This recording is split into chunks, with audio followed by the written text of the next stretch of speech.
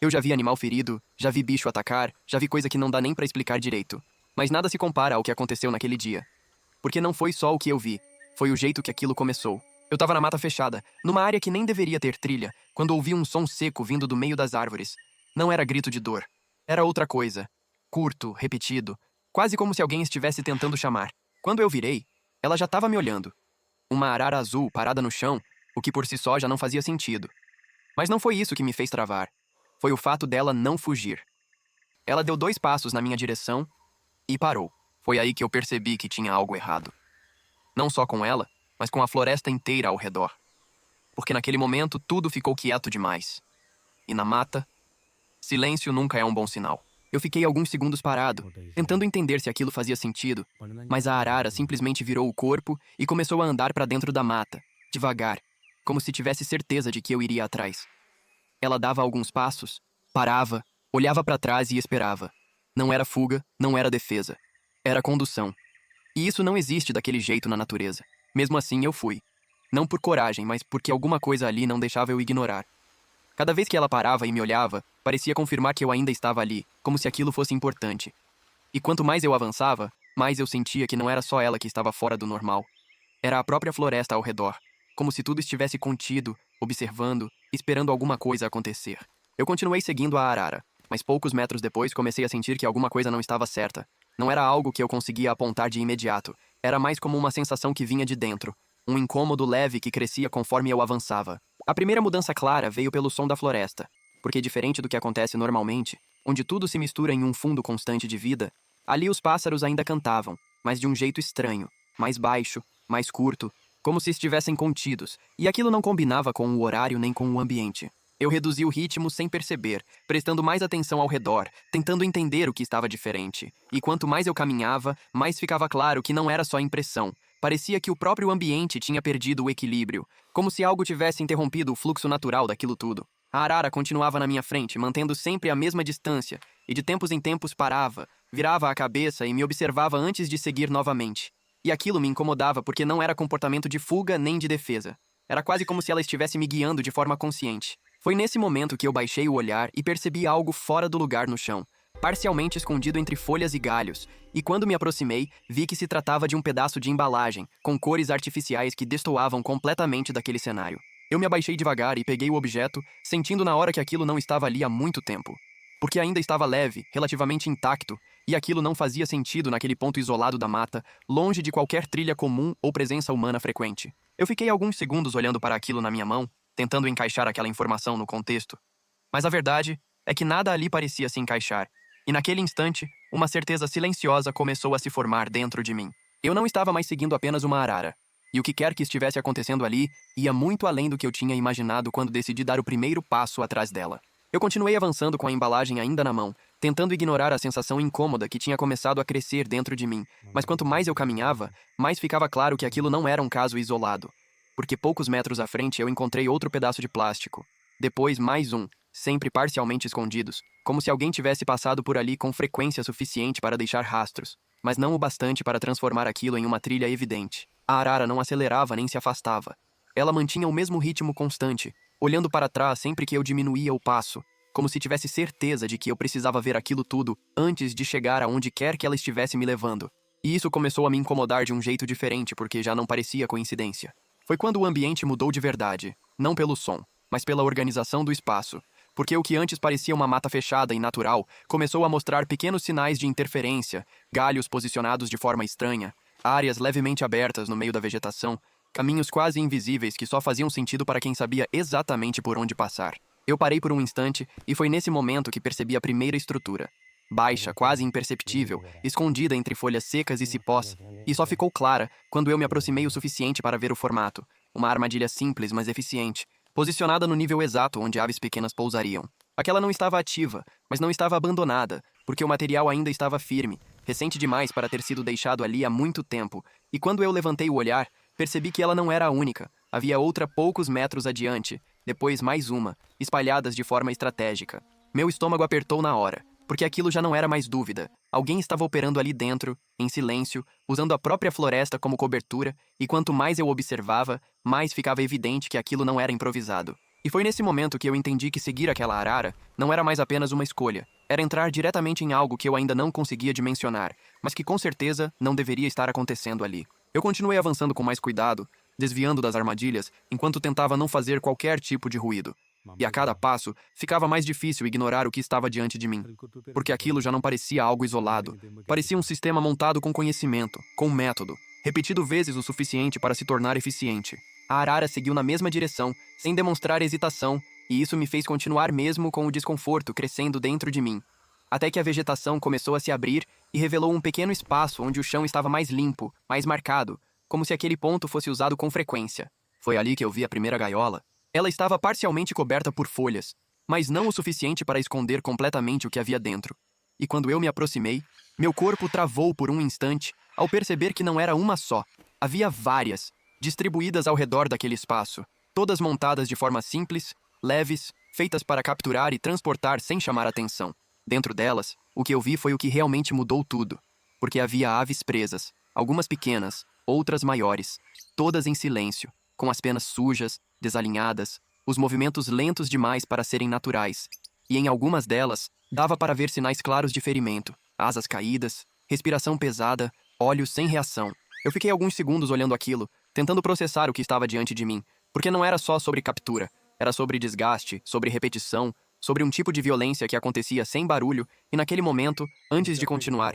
Me diz aqui nos comentários de onde você está assistindo, porque isso ajuda a entender até onde essas histórias estão chegando.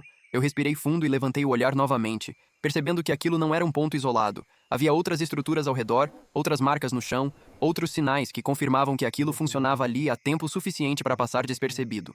O mais inquietante, no entanto, não eram as gaiolas em si, mas o silêncio ao redor delas, porque mesmo ali, onde deveria haver movimento, som, vida, tudo parecia contido, como se a própria floresta evitasse aquele lugar.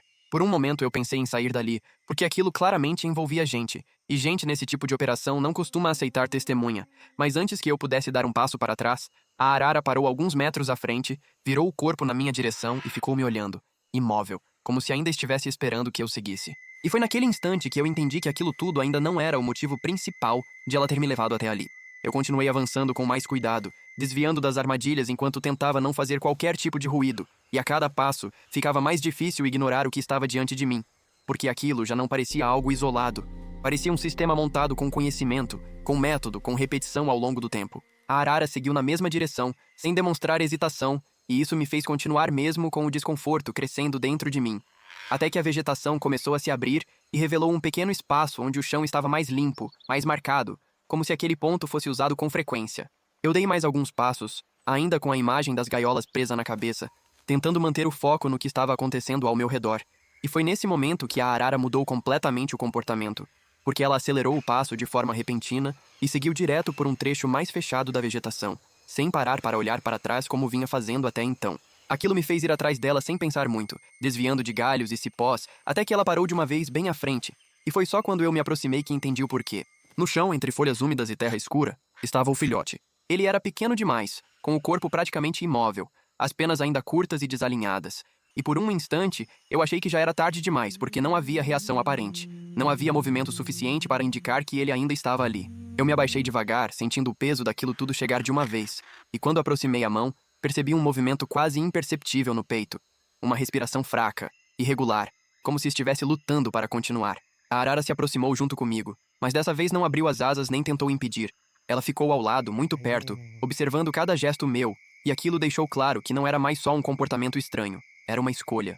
Eu toquei o filhote com cuidado e senti o corpo leve demais, sem força, e naquele momento ficou evidente que ele não tinha muito tempo, porque aquilo não era apenas cansaço, era desgaste, era consequência de algo que ele não deveria ter passado.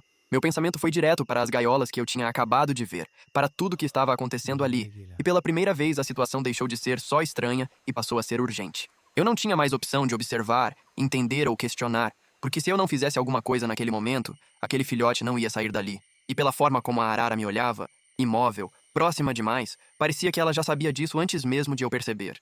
Eu não pensei muito, porque naquele momento não tinha espaço para dúvida, então eu tirei a camisa com um movimento rápido, envolvi o filhote com cuidado e o trouxe para perto do corpo, tentando proteger o pouco de calor que ainda restava nele. E assim que levantei, meu instinto foi sair dali o mais rápido possível. Eu comecei a me afastar em passos rápidos, desviando da vegetação, tentando refazer o caminho sem fazer barulho, mas não demorou para o silêncio da floresta ser quebrado por um som que fez meu corpo inteiro travar por um segundo. A arara gritou. Não era o som que eu tinha ouvido antes, não era baixo, nem contido, era alto, agudo, desesperado, um som que não deixava dúvida nenhuma sobre o que estava acontecendo, e naquele instante eu entendi que, do ponto de vista dela, eu tinha acabado de levar o filhote embora. Eu olhei para trás por reflexo e vi o momento em que ela abriu as asas de forma brusca, tentando se aproximar. Mas antes que conseguisse, um movimento na mata chamou minha atenção, rápido demais, humano demais, e isso foi o suficiente para confirmar o que eu já suspeitava. Alguém estava ali. Meu coração acelerou na hora, e todo o resto deixou de importar, porque agora não era só sobre resgatar aquele filhote. Era sobre sair dali sem ser visto. Então eu me virei e comecei a correr, segurando o corpo junto ao peito para proteger o animal enquanto desviava de raízes e galhos. Atrás de mim, os sons aumentaram. Passos, folhas sendo empurradas, e misturado a isso, o grito contínuo da arara, que agora parecia ainda mais distante, mais desesperado, como se ela estivesse sendo impedida de seguir. Eu não parei para olhar de novo, porque naquele momento olhar para trás significava perder tempo, e perder tempo significava risco. Então eu segui em frente até o ponto onde a mata começou a se abrir e só então desacelerei. Foi só ali, com a respiração pesada e o coração ainda acelerado, que eu tive noção real do que tinha acabado de acontecer, porque eu não tinha só tirado um filhote de uma situação crítica. Eu tinha atravessado algo que claramente envolvia gente disposta a manter aquilo funcionando a qualquer custo. E pela primeira vez, segurando aquele corpo pequeno contra mim, eu tive certeza de que aquilo ainda não tinha terminado. Eu não consegui sair daquela situação apenas como alguém que tinha passado por ali, porque enquanto eu avançava para fora da mata com o filhote protegido junto ao corpo, uma certeza foi se formando de forma cada vez mais clara. Aquilo não era um evento isolado, era uma operação acontecendo em silêncio dentro da floresta, e se eu simplesmente fosse embora, nada mudaria. Assim que alcancei um ponto seguro, fiz contato com tudo que estava ao meu alcance. Expliquei o que tinha encontrado, descrevi as armadilhas, as gaiolas e o estado dos animais. E pela urgência da situação, a resposta veio mais rápida do que eu esperava, porque em poucas horas já havia uma equipe sendo mobilizada para entrar naquela área. Ainda no mesmo dia, nós voltamos. Dessa vez eu não estava sozinho. Havia agentes ambientais, policiais e veterinários avançando comigo pela mata, seguindo o mesmo caminho, só que agora com organização, estratégia e a intenção clara de interromper aquilo imediatamente. Quando chegamos ao ponto onde eu tinha encontrado as estruturas, a confirmação veio sem surpresa. As armadilhas estavam ativas, as gaiolas ainda ocupadas, e não demorou para que os responsáveis fossem localizados ali mesmo, sendo contidos antes que pudessem reagir. Enquanto isso, os veterinários começaram o trabalho mais importante, abrindo cada gaiola, retirando os animais com cuidado, avaliando o estado de cada um e iniciando os primeiros atendimentos ainda ali, no meio da floresta. Foi nesse momento que eu me afastei alguns passos e me abaixei, trazendo o filhote para fora da proteção da roupa, apoiando ele com cuidado. E mesmo ainda fraco, ele reagiu ao ambiente, levantando levemente a cabeça como se estivesse tentando reconhecer onde estava. O som veio logo em seguida, forte, atravessando a floresta. E quando levantei o olhar, vi a arara surgindo entre as árvores, voando baixo, desorientada, inquieta, e pousando a poucos metros com um movimento rápido demais para ser apenas instinto. O filhote respondeu com um som fraco, e aquilo foi o suficiente para guiar ela até ele. E quando os dois se encontraram, ficou claro que algo ainda não estava certo, porque mesmo juntos, nenhum dos dois tinha força suficiente para reagir como deveria. A arara encostou o bico no filhote, mas mantinha o corpo baixo, as asas levemente abertas, e eu percebi ali que ela também estava ferida, provavelmente consequência do mesmo sistema que tinha prendido os outros animais. Os veterinários se aproximaram com cuidado, avaliando os dois, e decidiram ali mesmo que nenhum deles poderia ser solto naquele estado, porque a chance de não sobreviverem seria alta demais. Eu acompanhei tudo de perto enquanto eles eram colocados em caixas de transporte apropriadas, sendo levados junto com os outros animais resgatados, e naquele momento a história não estava terminando, ela estava mudando de direção. Nos dias que se seguiram, eu estive presente durante a recuperação, vendo o filhote ganhar força aos poucos, vendo a arara voltar a se mover com mais firmeza, e acompanhando de perto algo que não era mais só resgate, era reconstrução. E entre todos os animais que passaram por aquele processo, havia algo diferente entre aqueles dois. Porque mesmo separados por segurança no início, sempre que se aproximavam, o comportamento mudava, como se um reconhecesse no outro exatamente o que tinha sido vivido. E foi ali, acompanhando aquilo tudo de perto, que eu entendi de vez. Eu não tinha salvado apenas um filhote. Eu tinha sido colocado no meio de algo maior, e a única coisa que eu fiz foi não ignorar quando a floresta pediu ajuda.